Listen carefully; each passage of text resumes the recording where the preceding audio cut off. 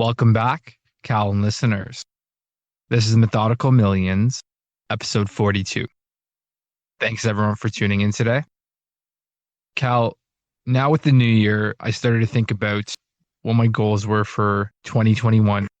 And I wanted to talk about a topic, which is be intentional. What I mean by that is, what are we going to focus on moving forward? How does that impact one's life? And what happens if you don't? So I guess I would start by saying my first example I've seen is if you ever follow a YouTuber, so a content creator who is on Twitter, and a lot of them like to recap their years, what their goals are. And the most common I've seen are, I'm at 5 million subscribers.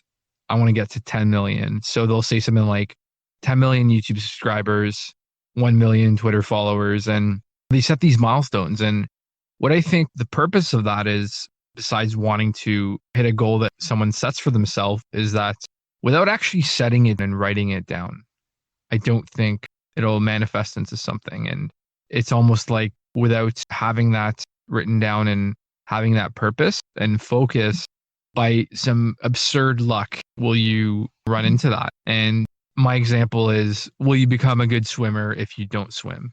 If you're out in the mountains hiking, not a chance.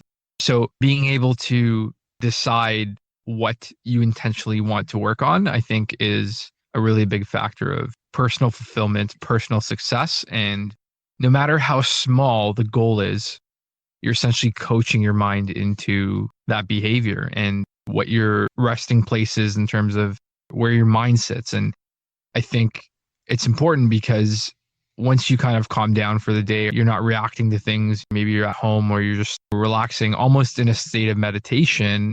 If you don't have those goals, I think ultimately that's what sets someone apart from the average. And if I look at my own life, how different it is 5 years to today, and at a snapshot in time, one might say, okay, well, this is who this person is, nothing special, but the progress I think is really immense. And a lot of that does come from the internal focus of the mind, I find. So that's what I wanted to talk about. I wanted to say for ourselves and our listeners, what is something you want to be intentional on this year and why, as well as what makes it so important for you? Yeah, you make amazing points, John. Starting the new year, I do have some financial targets for me. That's my priority.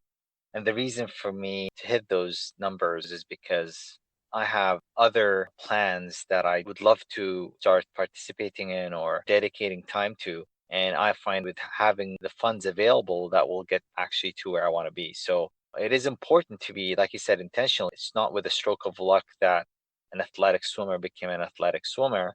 As you mentioned, you have to have intent, you have to be completely focused and dedicate the time. And we all have dreams. And the difference between someone who made it and someone who didn't make it having the same dream is that the person who did just was focused enough, didn't let things put him down.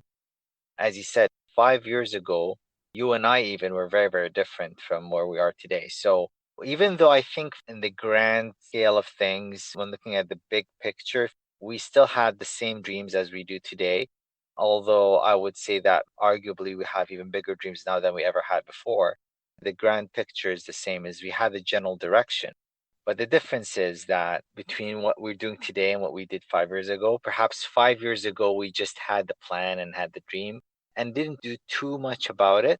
Where maybe as opposed to approaching today, not just that one day that we just did everything and started it, but it just comes with time. And that's where it really showed, right? It really reflected on where we are today. So maybe through 4 years and 3 years, we were just a bit better every year and just taking it more seriously, dedicating more time, saving a bit more money, studying a bit more, reading more. And that is just shown now where we are today. I'm incredibly excited. I'm very excited for 2021. For me personally, I just feel I've never started a year as prepared as I am today. Arguably, getting into 2020, I had the same kind of enthusiasm, same kind of preparation, but I just feel that I have a lot in my toolbox right now. I have a lot more than I did a year ago. significantly more, because a year ago is not that long ago at all. It feels like yesterday. I know what I had a year ago in terms of knowledge, in terms of tools, in terms of preparedness and planning, and what I have today. And even though I would be very happy with what I had a year ago, it's just that much more that I have coming into 2021 that I feel incredibly more enthusiastic about it. I'm so excited. I feel like I can't wait for Monday, first quote unquote working official business day of the year. I have it planned week by week, month by month, up to the year end. And I feel that with what I have, my targets are achievable, reasonable, and once they have been reached, it would be very, very satisfying. And it's an arbitrary target, so I'll be moving it and adjusting it as we go. But I think that general checkpoint in my life that I want to get to is very much achievable and doable. Yeah. I've been thinking about probably for the last couple months, actually, since I just moved. I want to start a YouTube channel. And the history with that is, of course, you've heard of the music background. I did have a YouTube channel probably 10 years ago where I'd post cool music. And I remember posting an album that leaked. I would get millions of views per song and it kind of blew up. So that was my first exposure to that. But I didn't actually make any ad revenue that went to the artist, thankfully, and record label.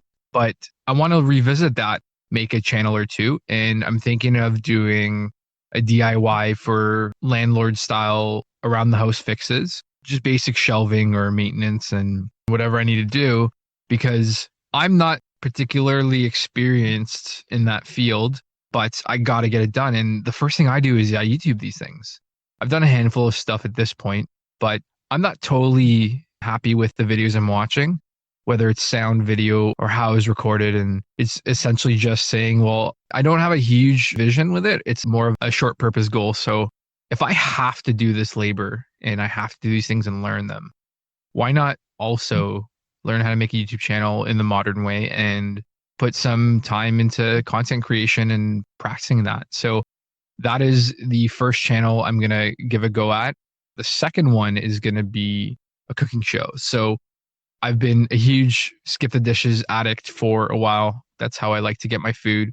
I always convince myself my time is better spent elsewhere, but I want to explore cooking and restaurant style dishes that I like.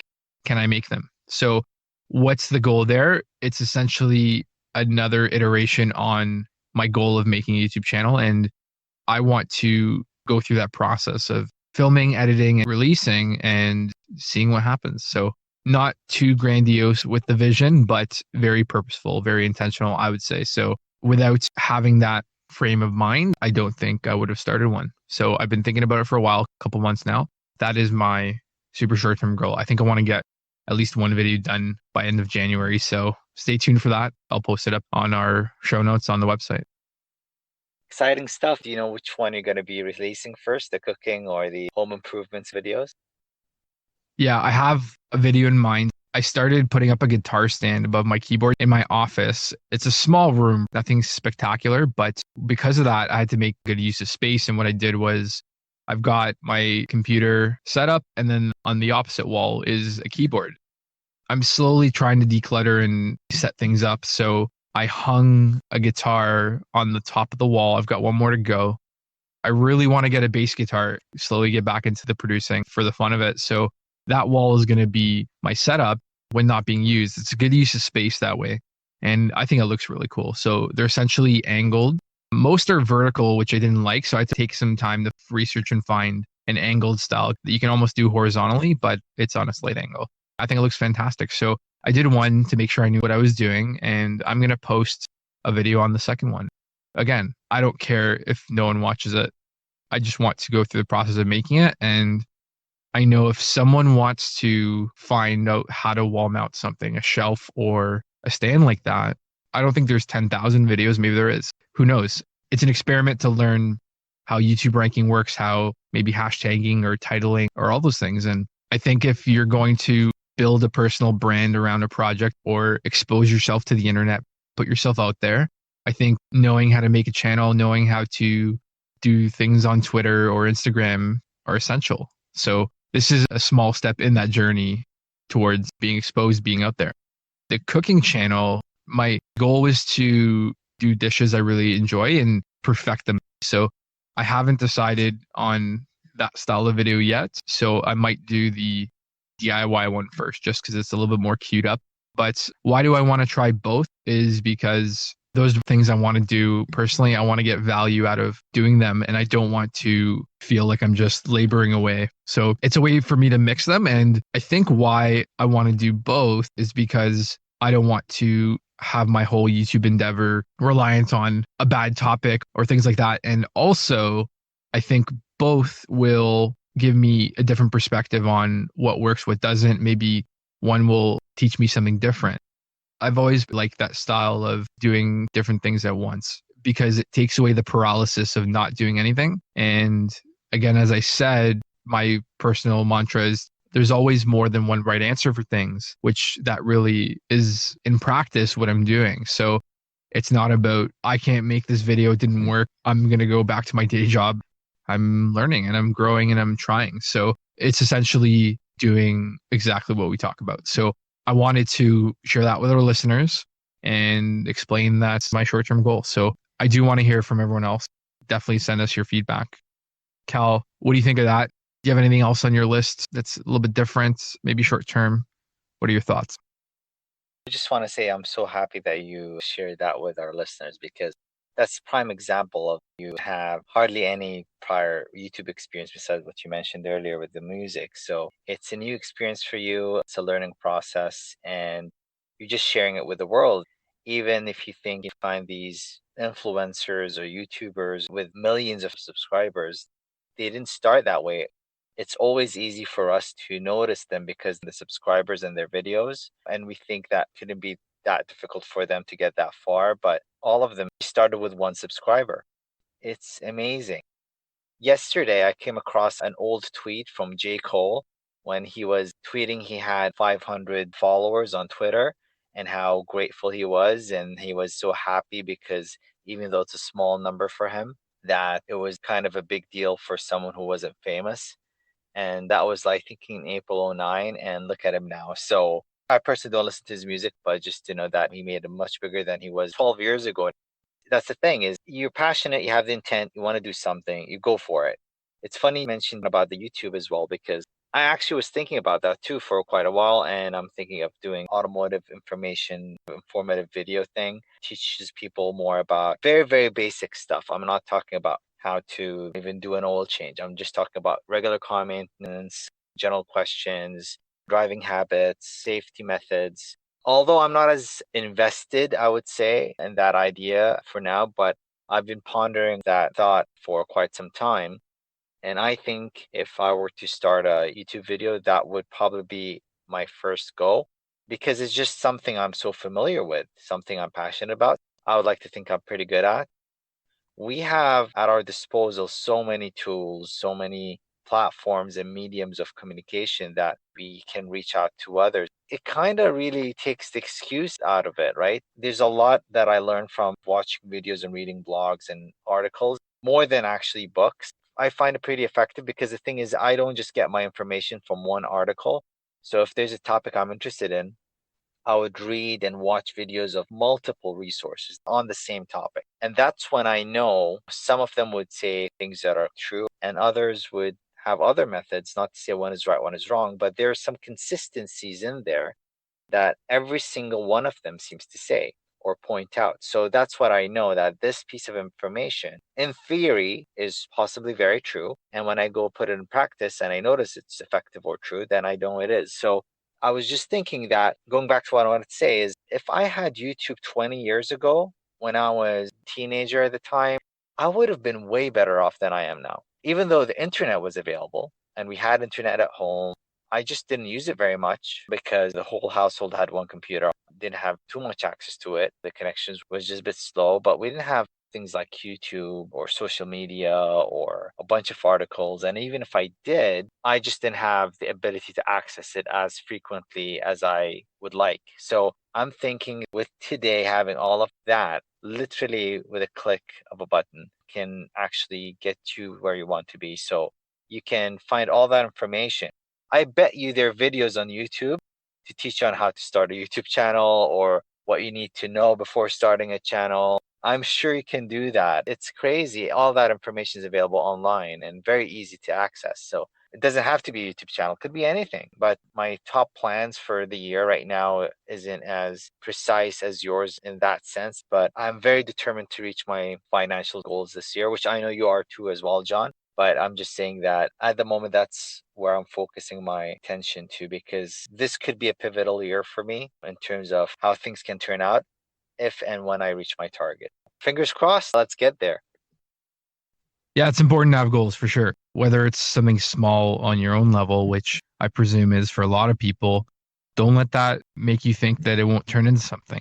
That is what the takeaway is, which is be intentional about what you're doing every day and why.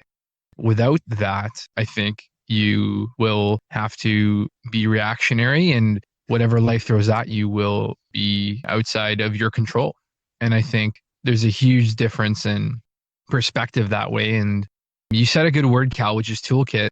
When I review my year and I look at all the Excel charts or processes about how I record things I want to get done every day, just basic stuff like that, I've realized I have built a toolkit as well. And these are the things that once we put into motion, we don't really lose them. They do make us better.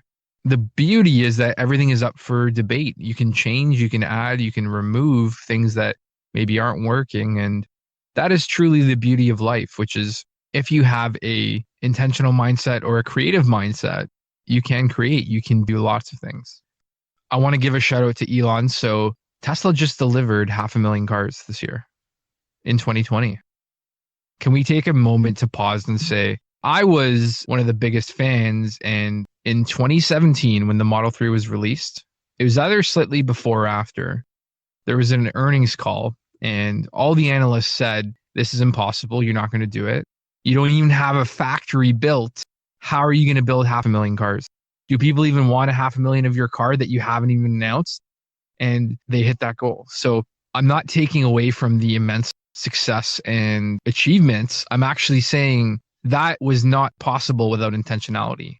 Without Elon Musk and the team saying, we're going to do this, that wouldn't happen. So that is a great example of a macro style intentional thought in terms of a huge multi-billion-dollar business. And I think they just became sixth or eighth in terms of biggest market cap.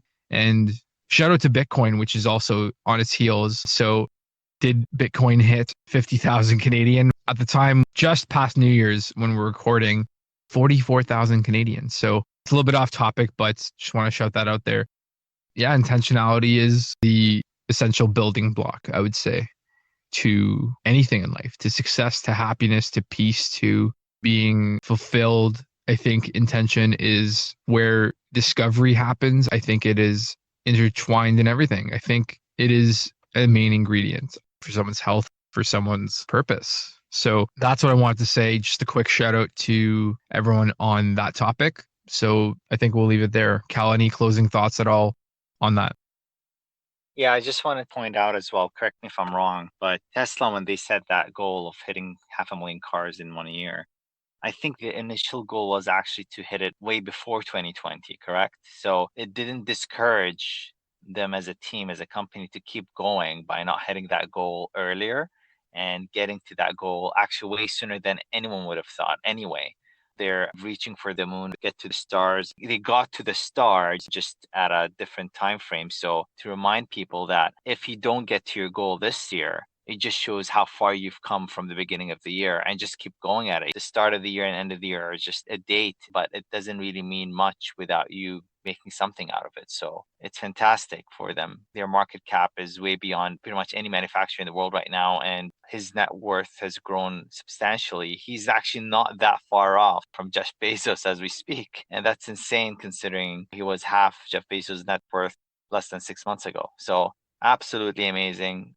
The reason we keep talking about Elon Musk is because it's just inspiring story, and whether you love him or hate him, you got to admire the work and dedication that he put into it. And the more you read about him, the more people can appreciate and respect that he threw everything he had at Tesla, SpaceX, Neuralink, and the Boring Company, all those and others, just to get to where he is today. And he's not stopping. This is just the beginning for him. So for our listeners, this is it. What's stopping you? Nothing really. It's just you. This could be your year. I would say this will be your year. This will be everyone's year. So it's really what you make it. So just to remark on the 500,000 car number, the original goal was 2020. And I remember that goal was pre-Model 3. I'm sure the Model S numbers were anywhere from 50 to 80,000 cars delivered. And let's give it a 10x in 5 years. And no one thought that was possible except for him. And as soon as the Model 3 reservations came out at about 400,000 orders, he advanced that goal to 2018. Super optimistic. I think there was some battery pack delays and learning how to mass produce a new car, become a new manufacturer while building, while hitting goals. So although it was challenging doing engineering feats and learning, that is why actually he's definitely up there for me as well, because just listening to that story makes me realize what's possible. And why can't I throw up a YouTube channel while I'm doing everything else? It's so small in the scope of things. Learning and growing and doing all these things in tandem with each other is possible. Putting that into your mind and saying, yeah, it's no big deal. I'm just going to go do it, I think is the reason why progress is done. And although people have their struggles or their moments and life's not perfect, being able to get back into that frame of mind is huge. And again, I think that is a big takeaway there, which is how to get in that mindset is important. So with that said, let's wrap up today's episode. That was Methodical Millions, episode 42.